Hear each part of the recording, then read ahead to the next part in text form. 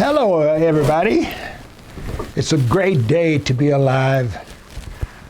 I am blessed and honored to have been asked to participate in this wonderful occasion, this rare and precious moment of this virtual book event for one of our pioneers. Mr. LeCountRDavis is one of America's treasures. Gifted by God, Mr. Davis became the first African-American certified financial planner in our nation's history.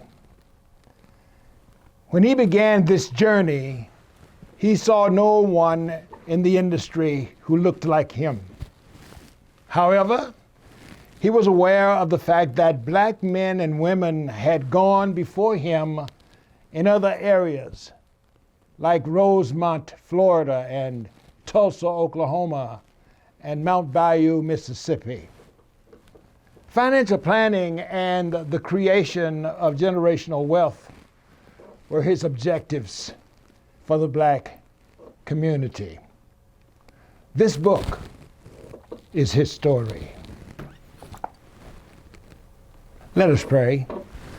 Gracious and eternal God, our Heavenly Father, we gather in this virtual manner to pay homage and give you thanks for your manifold goodness and mercy and grace and love toward us. We thank you, Lord God, for this occasion, this event that we're about to enter into. Now bless those who will participate. Bless those who will be viewing. Bless each of us. In the name of your Son, Jesus the Christ, we do pray. Amen. So, LeCount, congratulations on your book. This book was a long time coming. I know you've had a lot of encouragement. And I tell you, it was a beautiful read for me. I found the book to have a great appeal that, was inspiring to just about anyone. I didn't, the expectation was that, okay, this would be just for financial professionals. So tell me, what motivated you to write the book, and who is your target audience? Well, the target audience of the underserved is when we talk about financial planning in the financial services industry. I'm talking about the underrepresented people, which mean the low-income people, and a great portion of the middle-income people. We have a problem that I saw a long time ago when I first started, before I even knew what financial planning was about. And I saw in the neighborhood from my neighborhood guru, who was a financial person, especially a tax specialist, named Mr. Payne. And Mr. Payne told me to go into accounting and to finance because he felt that he could help, that I could help the community and help people that probably would not have access to professional financial advisory capabilities. So I had that in my mind when I was in junior high school. Wow. What you call now middle school. Mm-hmm. I had to find a way to combine the education with my desire to help the community, number one, and to help the families that come along, even my family, to get started in handling their money the proper way. Okay. So as I grew, as I thought about it, my experience took me a lot of places. It all ended up the same way. What I wanted to do, my target market was my community, which was rich in spirit, but very poor as far as finance is concerned. Because of as far as the book is concerned, mm-hmm. with my church, Mount Calvary Baptist Church, Men's Retreat. And so let me just ask you, so when you wrote the book, is the book to be reached out to those individuals, or is the book, who are you targeting to read your book? Because it really seemed to have a wide appeal for, you could be in the financial services industry, or you could be out and you could be inspired by your story. No, as I said before, it's for the underrepresented. And those who didn't have access to the proper type of advice to handle their funds. That's number one. That includes some people who are well educated now, Yeah. They're smart, but they don't know enough about handling finance. And so part of my market base is those people, as well as the people who were like in my neighborhood that did not have the finances also. So it's a Okay. broad spectrum. And Okay. as far as the marketing part is concerned, quite naturally, the underrepresented 9 times out of 10 could not afford my services. I Yeah. knew that. Could not afford the services of my peers and the people who knew how to handle finances. So they'll I get wanted to find a way to get something to them also. got And it. then included in that group, I'm trying to reach the next generation of African-American financial advisors. Because Okay. I think that they understand, that we understand the plight of our people more than an outside source. So one thing I've noticed, I've been to some events, have attended that you were there, and young CFPs or middle-aged CFPs always want to make sure they meet LeCountRDavis. They want to pick his brain, get some advice, get some wisdom from you. So you started your book of kind of telling something about revealing things about yourself that we would not know. You know, you kind of expect that you're going to start and tell how to climb the ladder of success and go through different occupations, but you actually entitled the first chapter, The Power of Faith and Belief. And Tell me a little bit about what made you begin the book with that. because that's the beginning of my career. Even though I didn't know it at that time, because when I was younger, I did not know it, but I was basically reared in the church to the point where people, the neighbors in the village, my village, thought I was going to be a minister. So I was pretty close to the church. And then as I climbed the ladder, like everybody, all the young men in my neighborhood wanted to be professional athletes or entertainers. I knew I would get an F on entertaining, so I had to go to athletics. Okay. I wanted to be a professional athlete. Well, you talk about that in the book as well. I know you to be a very humble person. You seem to even shy away from recognition, although you have this amazing resume. But you also talk about how you've come from humble beginnings. So speak a little bit about that, those early years. Well, again, I put a lot of emphasis on that. Really, the village did raise me, and I'm saying that it takes a village to raise a child. That is true in my case. The village is the whole neighborhood. To the point of the matter, I became a project of the whole community, because they saw in me how serious I was about life and about helping people and doing things to help the elderly as well as the young. And I never got into any kind of trouble. That was another thing that was unique as far as my neighborhood was concerned. My sister and I my younger sister, we never got into any trouble. Not even good trouble, right? No, not even good trouble at that time, because I didn't know what the good trouble was until John looked for it. Right. Yeah, so I was going to say, so we know you to be the first African-American certified financial planner. But also, as you talk about your early life, it seems like you may be one of the first, a few that went to higher, went to higher education. So I remember that you talked about when you were leaving. Talk about that. I thought that was an interesting story there. Well, the first thing in my neighborhood is that I believe that I was the first to ever graduate from high school. Wow. And so I didn't have parents who were formally educated, to nurture me as I was growing up. I had the mother wit, and I had the wisdom of those before me who had more common sense than I ever had or have now. And that's what took me a long ways. But as far as to how that turned out with that going away to school, college is concerned, I just mentioned to you about the whole neighborhood sort of adopted me. And so when they found out I was going, they didn't know anything about the college thing, but they found out I was going into higher education. And they formed almost like a parade for me when I went to the bus station to catch the bus to go to college.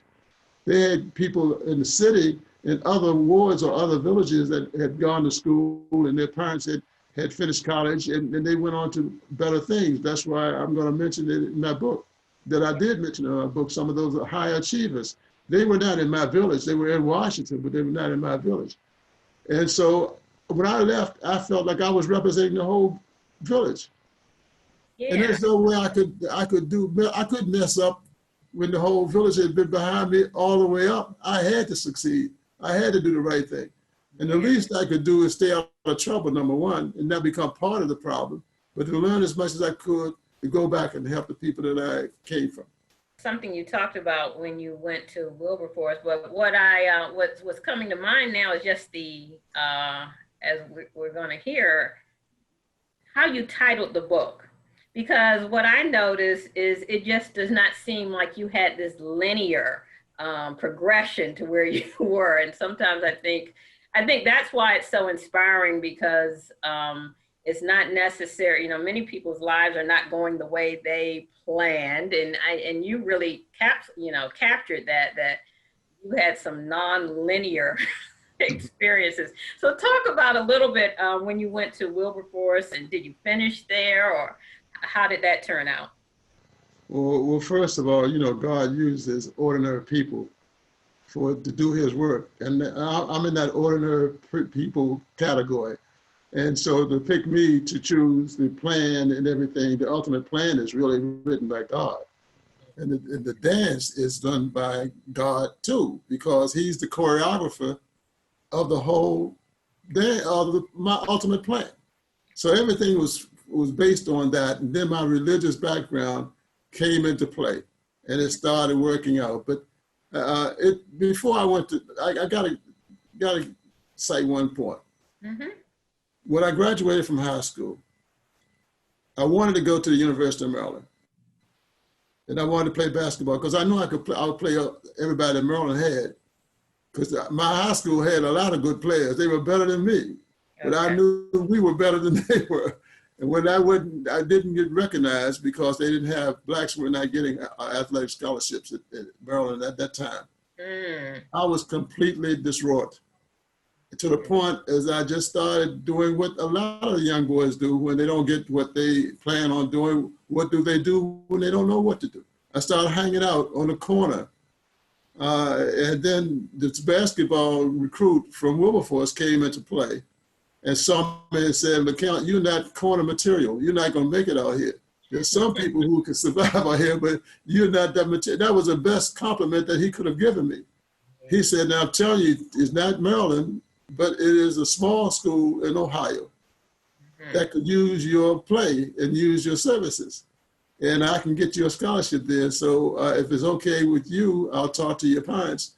And then I can see that you get a scholarship.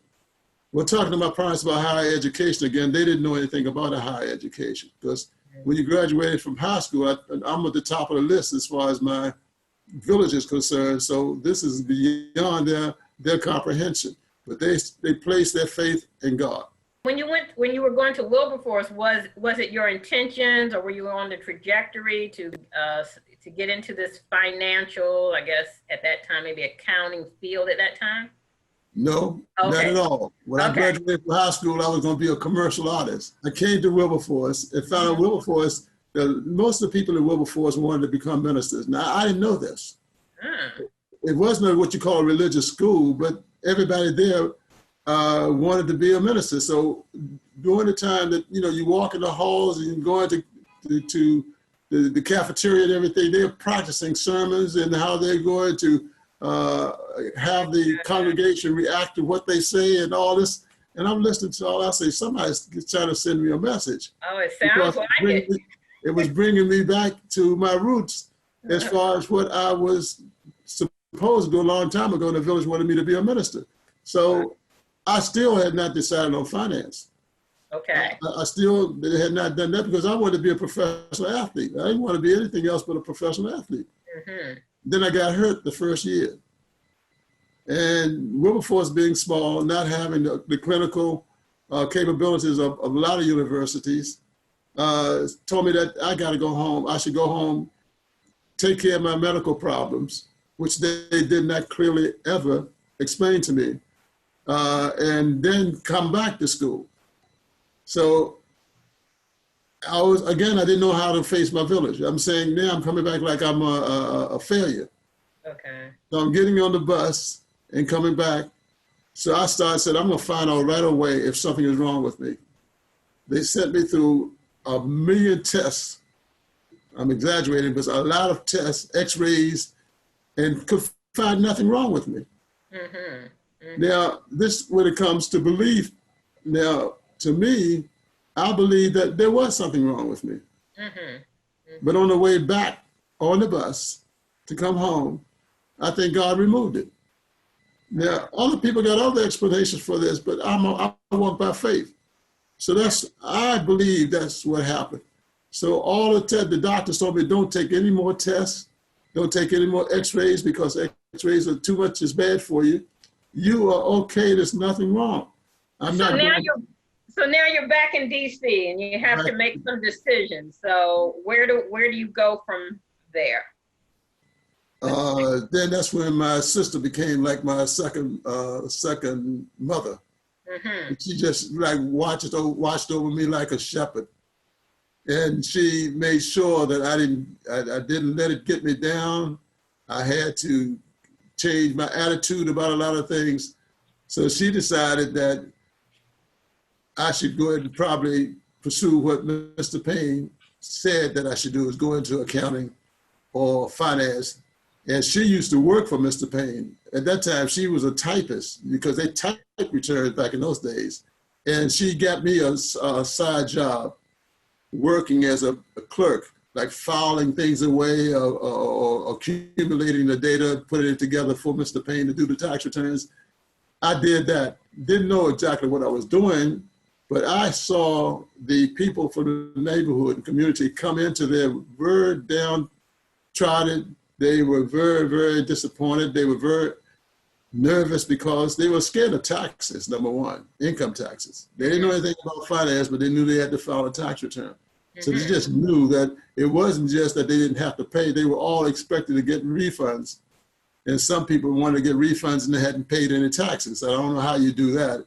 But I saw them, but when they left Mr. Payne's office, how happy they were and how pleased they were that Mr. Payne has solved their economic and financial tax problem. So this was your first exposure to kind of seeing the financial experiences of your community, and I guess of this Mr. Payne, I think you speak about in your book. So yeah. Tell me how Mr. Payne was an influence in your early career. Well, again, it's because of how he handled the community and how he solved their problems. He didn't lend money or anything like that. He gave his advice pro bono to anybody who needed the advice. Mm-hmm. So when I looked at that, I said that the first thing I'm going to do now is I'm going to go to school. So that's when I went to Southeastern, and I got both the bachelor's and the master's degree in accounting at Southeastern. You still aspired that you were going to get into financial services and help people in the community. You were already sensing that that was your path. Yes. That was my path, and somehow when I went to Southeastern, all the graduates from Southeastern seemed like there was a training ground to get into to the federal government. Mm-hmm. And so I was able to go directly from Southeastern into the federal government. And from that point, I mean, not to federal government, I was already in the patent office, but I'm talking about in the accounting area. Mm-hmm. Automatically, I started going up the ladder. I don't know how people chose who they wanted to promote and everything, but they kept promoting me. So I went from one to be supervisor of my unit almost a year after I got there. I was a supervisor of the entire unit, or not, I was an assistant. And then I went from there to be an internal auditor. And then I said that I'm still not I'm making money, I'm making good money, helping my parents out and making decent money, but I'm not helping anybody else. I'm not helping the community. I'm not doing what I really want to do. So I got to go further than that. Seems like you kind of started out in the accounting realm, and some kind of way you end up making a transition to finance. So tell us kind of how you start with the accounting and then how you made the bridge over to the personal finances? Well, as I mentioned before, I was promoted in the federal government. I used to work for the Federal Housing Administration. I was an internal auditor, which is definitely nothing but management accounting. Basically, that's what it is. So it's not straight balance sheets or financial statements, or it wasn't that type of thing. Making decent money. But then I was, at the same time, when I started working for King Reynolds, Mr. Reynolds worked, he was a professor at Howard University in accounting. And one of the most popular financial persons, Black persons in the Washington, D.C. or the DMV. And Mr. King also has a story that needs to be told too. Was the first Black CPA licensed in the state of Maryland. I had gotten to the point where I was in school teaching. I became an adjunct professor at Howard University in accounting. Okay. That's before they had a business school. That's how long that's ago there is. Before they had a business school, I was an adjunct professor there. In my class was a guy by the name of, gentleman by the name of Carvin Jefferson. And Carvin Jefferson, you know, had been to service and say he came back, so he was like a vet in the class. And he worked as assistant director of this international labor group that specialized in economic development and finance for the Caribbean and South America and Bermuda. And he needed someone who was a specialist in that particular area. So I used my experience with King Reynolds as far as economic development is concerned and dealing with small businesses as an entree to thinking that I'm an expert for everything. And then he asked me, Jefferson asked me, would I be interested? And I said, I'd be interested in going into what you're talking about, South America and everything, if my first assignment is Rio de Janeiro in Brazil. Okay. But keep in mind, here's a boy from the ghetto in an area, they talk about now living in a bubble. I lived in a bubble. Everything that I did was within 5 or 8 blocks of my house. Yeah. And I'm asking to go to Brazil to represent an international organization. So when you said Rio de Janeiro, you were being facetious. I didn't think it was going to accept it because I didn't even think about it. I didn't know anything about that kind of stuff. So did you ended up there? Well, what happened is that he just said, well, let me go talk to my boss. He had to go talk to his boss. His boss said, well, if you think that he is smart enough and he has a background, send him to, I'll send him to Rio and we can go. So when he came back and told me that they was accepted, I had to accept after I called his bluff and he took me up on it. So next thing I know, I'm on a plane going to Rio de Janeiro. Don't speak any Portuguese at all. Wow. And so that was my end as that is concerned. But while I was working for Reynolds, they wanted Reynolds to do this TV program at Howard University. Okay. It was at WHMM. And it was about finance and it was about economic development and small business. Again, Reynolds said that I'm not interested in that kind of stuff. All I want to do is go to law school and be a tax attorney. LeCount is the one you need. He kept referring me to people. So they chose me, and I had a program called Common Sense at Howard. And the sense is spelled CENTS. Okay. And believe me, see, with my market base that we talked about earlier, they believe everything they see on TV. A lot of them didn't even have TV, but they believed everything you have on TV. So when I became the host, they all start flocking to me because they knew that I had to know what I was talking about because I wouldn't be on television if I didn't know what I was talking about. Okay. Wow. So they gave me more credit than I really deserve at that particular time. So that program was just individual financial or business development financial topics? Retail people. I mean, okay, good. Okay. And keep in mind that the basis of King Reynolds and my exposure earlier was dealing with professional individuals in Washington who really made most of the money as far as blacks are concerned in the whole town. They were the professionals that became clients of mine that Mr. Reynolds gave to me when he left to go to Georgetown Law School. And he didn't sell the firm to me, he gave it to me. So I started out with a certain amount of business on the books. And it's from there that you go to Howard University, you know the reputation of Howard, and if you're a professional in this town or probably in the United States, you know you accept it because you went to Howard or you taught at Howard. I got more clients, so my clientele started building up. But still, it wasn't finance. I mean, economic development and small business is different than, as you know, what finance and investing and what financial planning is all about. But it was, again, I became the expert like Mr. Payne was in my neighborhood. I became the expert in the Washington area with the professionals, doctors, lawyers, all of the high earning people, including high income people from the federal government.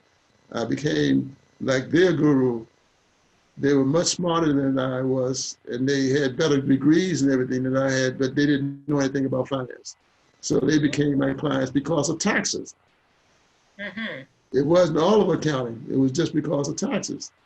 So at that time, I would imagine you're getting into conversations with people about wider areas than accounting. So is that what expanded your interest in your later pursuits? No, we go a little further than that, because after I looked up at that particular time, I had started the TV program I had what they now call blogging. I had a publication called Finance in the African American Family that I had done for a couple of years. So you were always ahead of your time. Oh yeah, yeah. I was ahead of my time. And so, but I still wasn't, my goal, again, my ultimate plan was not written by me, it was written by God. Indeed. So he said, he said to me that you're still not helping the community, you're doing well yourself. And you're earning, you know, I'm giving you so many blessings and favors. I'm doing everything for you, but you still haven't helped the people. And it was something that was missing. So I said, I gotta go further than that. So I started doing research on where other careers dealing with business that I could go from where I was to where I wanted to go. And I found out about the International Association for Financial Planning. It was a white lady named Alexandra Armstrong. I've heard you talk about her many times. She was the president of the IFP at the time. And she became the first woman, she became the first CFP in Washington, D.C., man or woman, not just the woman, but man or woman. So she came over to me, I didn't go to her. She came to me and welcomed me in like I belonged there. I was the only black in the whole room. And she saw that I was new, and she had gone through it herself, but being a woman, because again, the women were having just as much problem getting into financial planning and investing as blacks did. Well, let me back you up for a minute. So you were doing a lot with helping people, or individuals with their businesses, the accounting. I know you say that, you know, you're guided by God that you're not doing this. Because I would imagine some of the things that you are helping people to do now, or your passions now, were the same as then. What areas were you not touching? What areas of people's lives or finances were you seeing, okay, I'm not really solving this problem with the skills of just accounting or what I'm doing? What did you see?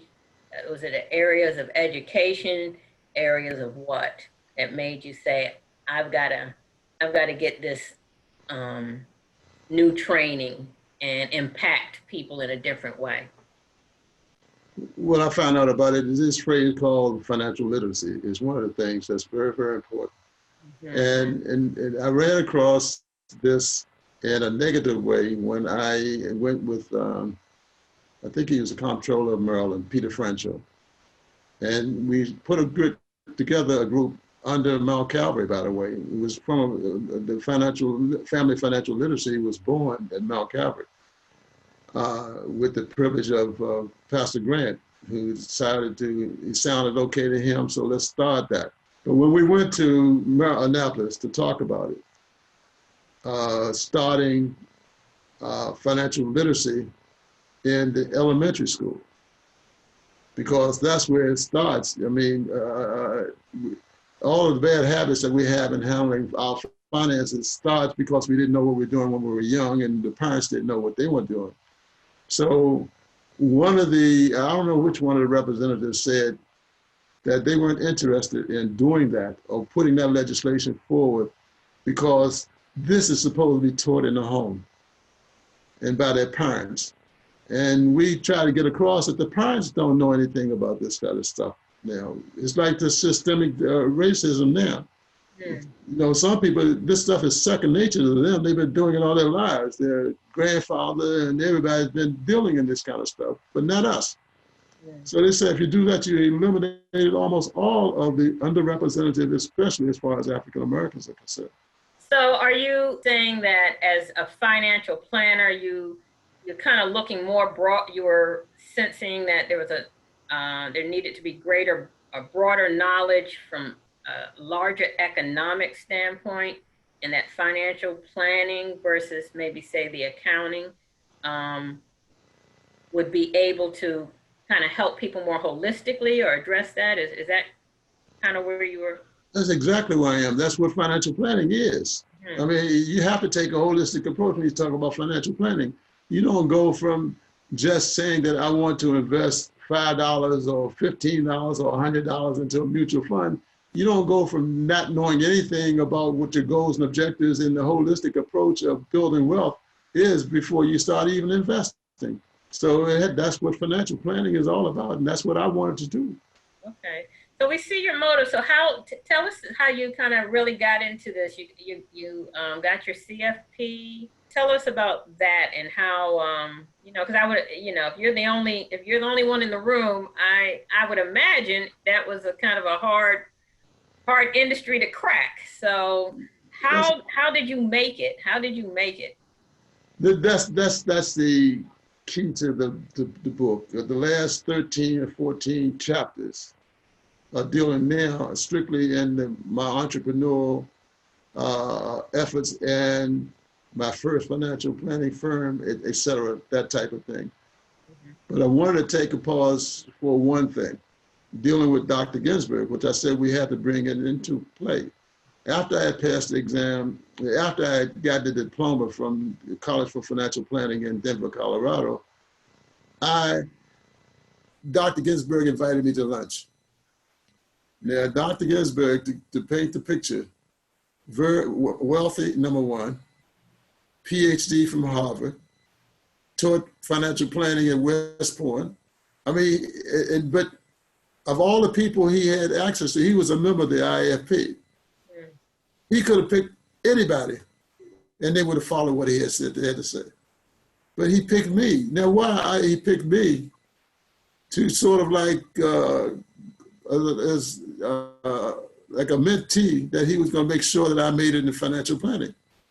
So he got me, he invited me to lunch. It was at the University Club in Washington, D.C. So when I showed up at the meeting, one of my black brothers was at the door, and he swore that I was in the wrong place. He said, "Now, are you sure that you're supposed to have lunch here?" I said, "Yes, I am." And Ginsburg had not shown, but at that time, but he had made the reservations and everything there. So he was only doing his job. It's not the brother that was a problem. The problem is that they weren't letting blacks into the University Club at the time. So when Ginsburg came, he was really mad because of the kind of reception that I got before he got there. And he let them know that you treat him the same way you treat me. If you don't treat him a certain way, then I don't want to be a member of the organization or the club. So first thing he told me, he said, LeCount, you passed the examination, you got to the table. This meeting is just to show you how to get something off the table. And that's the difference between the route that I have taken and what I've accomplished and some of the others didn't. I mean, we all got people now. You got blacks in every area, CFAs, CFP, CHFCs, and everything. But to get something off the table is what he was there to teach me. And he didn't need anything from me, and he didn't want anything from me. You had chosen, it seems like you're now working for yourself at this time, correct? You started your own firm. Yes. Now, the other options that many advisors come in, they work for someone else. Speak about, how you made that choice. Was that just an easier choice at the time? Is that something that part of that plan that you talked about, God's plan for that? And you knew. Well, it reminded me of an article that I wrote for Money Magazine. And the title of the article was, "He Did It His Way." Mm. And when I surveyed the landscape and saw what was out there and available for every financial planner, they had to dance by the tune of whatever company or Wall Street or a brokerage house that they were working for. Mm-hmm. They couldn't do things their way. They had to do it, and I can understand where they were coming from. They had to do it the way of the company. I looked at the ways of the company and didn't see it being consistent with what I really wanted to do to help the people. Because that's not what I really wanted to do. As you may imagine, what it was like being a fee-only financial advisor in an area that's very highly competitive. And some people question, how are you going to make it? How are you going to last? And I was only able to do that because I had a wife at the time who allowed me to do that.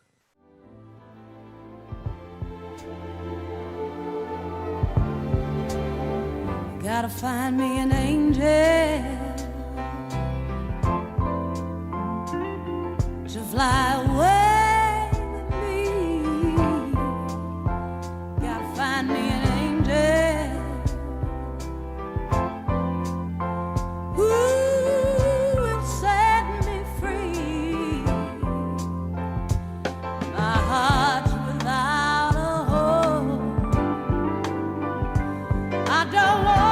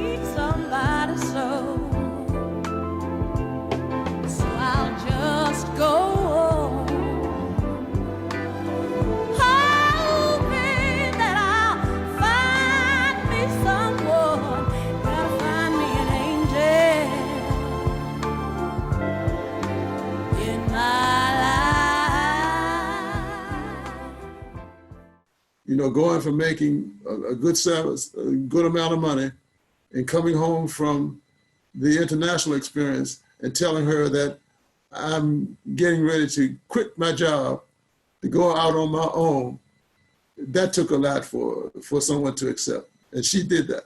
Chapter 9, you were a part of the AIFLD.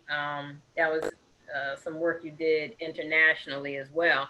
And you also gave an interesting story as well, how you kind of left that position. Why don't you kind of explain that one again? Well, again, we're going back and forth as far as the progress of the book is concerned, but that's a very key issue of how I got from working for a group, making decent money and leaving that group and starting my own firm. Is that I remember I was in Quito, Ecuador, and I got a call from the headquarters here in Washington to get on the next plane and go to Bogota. And I said, who am I to see? What am I supposed to do? And they said that there will be somebody at the airport in Bogota. You will get all your instructions then, but it's important that you go right away. And I'm saying, after what happened to me in the experience of being, missing out or being assassinated almost, I wasn't about to just go blindly out there, not knowing where I'm going, what I'm going to do, who I'm going to see, what I might, I wasn't going to do that. So I told my boss, who was Carmen Jefferson, that I wasn't going to go. And he said that, well, the orders come from above him, so he didn't have the right to just say, that's okay. He went back, talked to his boss. The boss said, well, somebody from this office is going to be in Bogota on the time it would take to get from Ecuador, Quito, to Bogota. Somebody's going to be there. And Jeff said that LeCount said he's not going to do it, so therefore, I guess I have to go. So Jefferson decided to take my place and go to Bogota. So when I made that decision, I said, if I'm going to work for someplace, I should be willing to do whatever is necessary to do what the boss says to do and do what the company is asking me to do. And if I can't do that, then I don't belong there. So I gave them my resignation then, got on the next plane back to Washington, turned in the written resignation, leaving. And that's when I started my own firm after talking to my wife about it. What I find, just really compelling is that, sometimes people feel like they're not on the right track, but you just can see that you've had twists and turns. And I guess that's the why the name of the book is one step back, two steps forward, so that, and then I know when you say step back, you just kind of step back and kind of reassess what do I need to do? Exactly. And sometimes I think you're showing us that, you're not always forging forward all the time, but, your things. There's always going to be adversity. I mean, that's what life is about. Life is a matter, it's like a rhythm. The journey is like a rhythm that is set by certain people, like my choreographer is God. So therefore it was set by him in my case, of going back and forth. You're going to face adversities in life. But you got to have something, you got to trust and have faith in something or somebody in order for you to withstand the adversity that you're going to face. But you're going to face them. A couple more questions. So what would a person, we hear, we kind of hear these people that had come into your life and did the mentorship. So, what would you say in general if someone thinks that you just you got lucky, you just lucked up onto all these mentors? What do you say to the person who can't, the financial advisor just can't see their path? What would you say to that person? It's one of the things you said. It reminds me of my spiritual advisor, Dr. LeCount. When I told him, I just felt that all the good things happen to me is because I'm lucky. He told me never to use the word lucky. Mm-hmm. That's God's work. Yeah. As long as you remember that, it's not luck. He was the orchestrator. And he told me that, LeCount, don't say you're lucky, because you weren't lucky. You were being blessed and highly favored. He chose the time for you to do whatever you're doing now. He chose the route. He was a light unto your feet and a lamp to your pathway. He does all of these things. Now, why people chose me when they had other people, just as I felt, well, just as well qualified or better, and they chose you instead of them, that's because he did it. Nothing you did. And go ahead. So I'm going to ask you, so as you're, you would give advice. I mean, I think there's two groups you could be giving advice to. One is your target market, which, we're talking, when we're looking at your financial life and, we looked at, there's times when you've quit jobs and you decided I can't do this. There's times you stepped on faith and started a business. There's many things that have done this. This is not just your finances. It's not your profession. This is your life. So when you think about holistic financial planning, is this any different for anyone else? I mean, how should they, what is the advice you give as people are trying to bring their economics in order? If you were to kind of give the advice from your perspective of how. Well, again, what he did for me, he'll do for anyone. He's not a respecter of persons. So you first got to make that choice that you're going to have faith and belief and trust, because you can't please God without faith. So they got to understand these things. But see, it's difficult to be teaching a person or a young person the spiritual part and the financial part at the same time. You usually have to separate the two. And the reason for the book is to bring the two together. If you understand, that's the reason for the book. So that's my route. That may not be your route. It may not be the route of others, but that's my route that I took. And it has worked for me. For some reason, the favors and the blessings continue. The more I do for others, the more I've been getting. And that's happened with my entrepreneurial pursuits. As far as first, all these firsts that I've gotten, and and how popular it seems to be now. I'm popular in certain areas. They never heard of a LeCountRDavis before. It's almost like when I went to the Bahamas, we mentioned. It was Morgan Stanley. And they wanted to handle the financial investment management of the pension fund. And they were told by the workers that they had to report to me. Now we're talking about $1 trillion company, got to report to me, and I'm a little small, dinky firm. You use the word dinky, but I'm a small firm. And they said they were not going to, how could, why should they be doing it? How could he possibly be the one to be looking over what we do? They said, because we trust him. We don't know anything about you except your name, and you're supposed to be big. But we can't trust you because we don't know anything about you. You've been looking at him for LeCount. We've been looking at LeCount for years. And we are going to put our faith in LeCount. Now, how could this happen? I mean, you couldn't have painted this kind of picture anywhere in your wildest imagination. But they did that.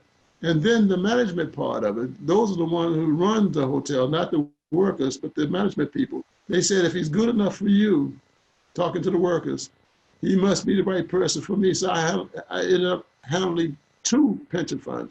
And now we're talking about hundreds of millions of dollars between the two. And my decision, like writing the investment policy statement, coming up with strategic asset allocation, all those things fell on my shoulders. I had to assist in doing all of that. Now, how could a small firm that even the people in the United States did not recognize the capabilities, because they'd never given African Americans the opportunity to do these things. But then the opportunities came my way. Why? Because of the choreographer of the dance of my ultimate fine plan. And I think it's particularly, like I said, we're at events and so many up and comings want to meet you, or even established people want to meet you. Who is this first person? So we know that, I think that you even bringing that blend, because sometimes it's just not said, even if you're believers. So I think you blending it together to tell your story. Actually, when someone wants to hear your wisdom, that is your wisdom. But we also know that you are very much, and your heart is in the professional development of people in this field. This is important. This is your passion. We didn't talk about the organization that you started. So why don't you kind of just end with telling us about the Association of African American Financial Advisors and the organizations that you have brought up because of your design. Okay, that's a good way. That's a good place to go now, because I think that we need to touch on those particular issues. I founded the Association for African American Financial Advisors back in 2001. And I had been in the industry of financial planning for a little while before I became a CFP. But after that, and my partner was insurance agent from New York Life. And I'm saying, at looking at all the things that I came across and the experience and exposure I was getting that he wasn't getting, others got blacks were not getting, but I seemed to always be in the middle and getting it. I saw that we were not going to go anywhere unless we did it in numbers, because the industry respects numbers. The numbers is in dollars and cents. And if we're talking about convincing somebody, the numbers is in the membership or whoever, a group of people that could improve or increase the bottom line. That's what the industry goes by. All this other stuff about doing it for the good of people, the industry doesn't think that way. So I'm saying we got to have some numbers together. And if I'm going to do holistic planning, I know I got to know more than just financial planning. I got to know more than taxes. I got to know some about insurance, including annuities. I got to know more about all the stuff that goes on. And if you're going to be a student of your profession, you got to know every part of finance that impact, especially first your marketing group, but your whole practice. You should have some type of opinion on it, whether it's right or wrong. Because when you look at people on television and things like that, you assume that they're experts and they know everything about, they don't know anything more than you know. That's just their opinion. And you should have an opinion also. And we didn't have that. So I said, I want to put together a group and we're going to know something about everything that could possibly happen to a client of the underrepresented, especially the African-American community. That they had problem with real estate, they had problem with debt management, they had problem with student loans. You know, I want all of this stuff to be done. So that's why I decided to start the Association of Financial Advisors. And I guess that is. Now, you know, we have a foundation. And the foundation is it's called Quad A. The foundation is to prepare the next generation of financial advisors for entry and integration truly into the financial services industry, because we're not truly there now. We're not truly there. The numbers are just not big enough. Every now and then you see one person who's doing well as far as selling products is concerned, making far more money than I ever have made and intended to make. Making money was not the primary issue for me being in the industry. They're handling billions of dollars, but it's only a few of them. Like right now, you only have 3 black billionaires in the whole world. I mean, that's on record. Now that may sound like that's great, but when you can name the number, or you can give the number of the group that's in that particular category, that means it's not enough. You can, if you look at the whole population, you may have a lot of Warren Buffetts or a lot of Microsoft or Bill Gates and stuff like that, but you can only name 3 billionaires, black billionaires. And then secondly, what are they doing to help the communities that I am interested in? So I believe you can be successful in your planning if you meet the goals that you set for yourself, not that other people set. You know, I never tried to be Warren Buffett.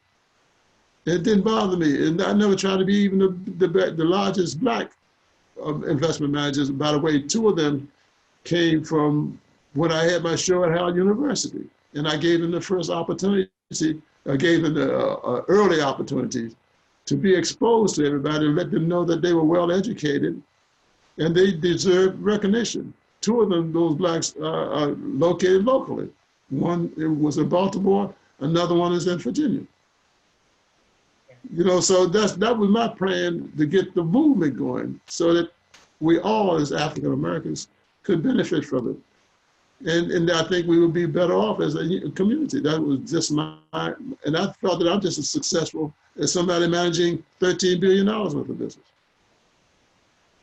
Well, LeCount, I know that anyone who reads this book, 1 step back, 2 steps forward, will be grateful that you shared the journey of how your plan started, how it unfolded, how it ended. Just grateful for all your candidness. And no, I know you as a humble man who doesn't even like to speak of himself. So to share so much, I think it is just empowering. It's not just to inspire people in this industry, but it is an inspiring book for anyone to, to just maybe step back, look at their lives, reassess, and say, and just really, let if you're believers, let God help you get on that path and that track, and fulfill the plan, and just move forward. So congratulations on the book. I've really been inspired by it. Now, Daphne, one of the things I'm very proud of is that last paragraph in the book. One of the last paragraphs in the book where I said, "Who is my most famous client?" Yes. And it shows what I'm trying to say in the book and get across in the book. Again, the biggest client and my best client has always been God.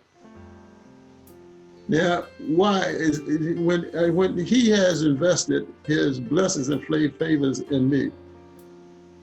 Now he wants a return on his investment, just like everybody else who's investing. They want a return on their investment, but he doesn't need material things. He already owns everything. You understand what I'm trying to say? Indeed, and therefore, his return on investment, he wants you to spread the word about his love. Yes. Yes. For other people. Yes. And to do certain things. And that was the culmination of the book. Because I believe everything he wants me to do, I'm doing now.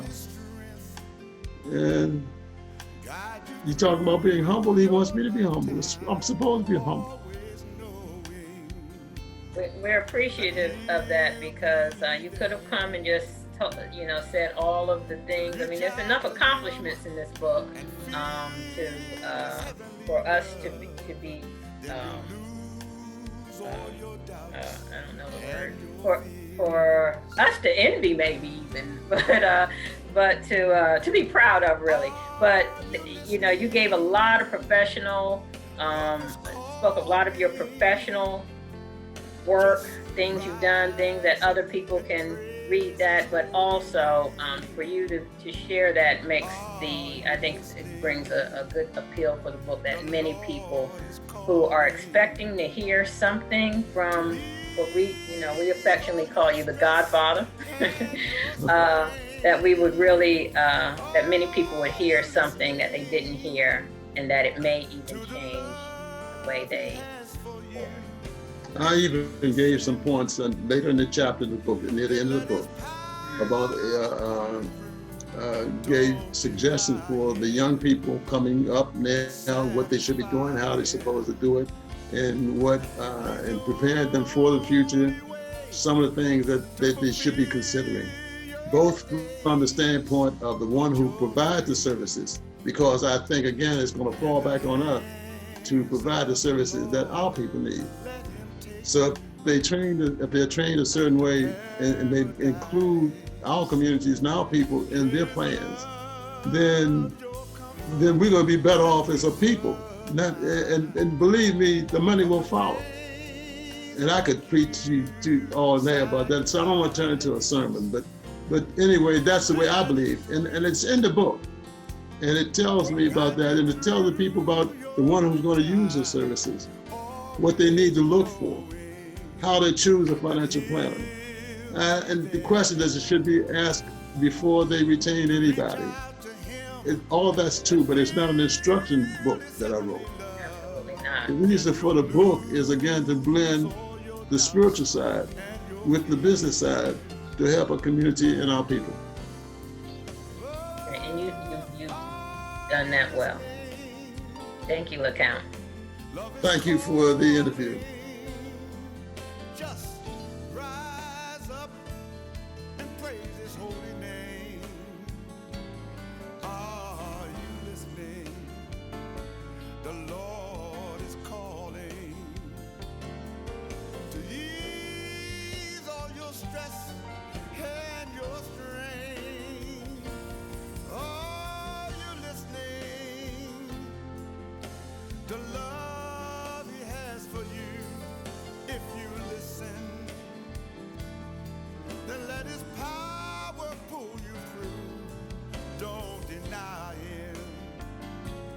just satisfying. He's the only way to fulfill your days. Are you listening? Are you listening? Are you listening? Are you listening?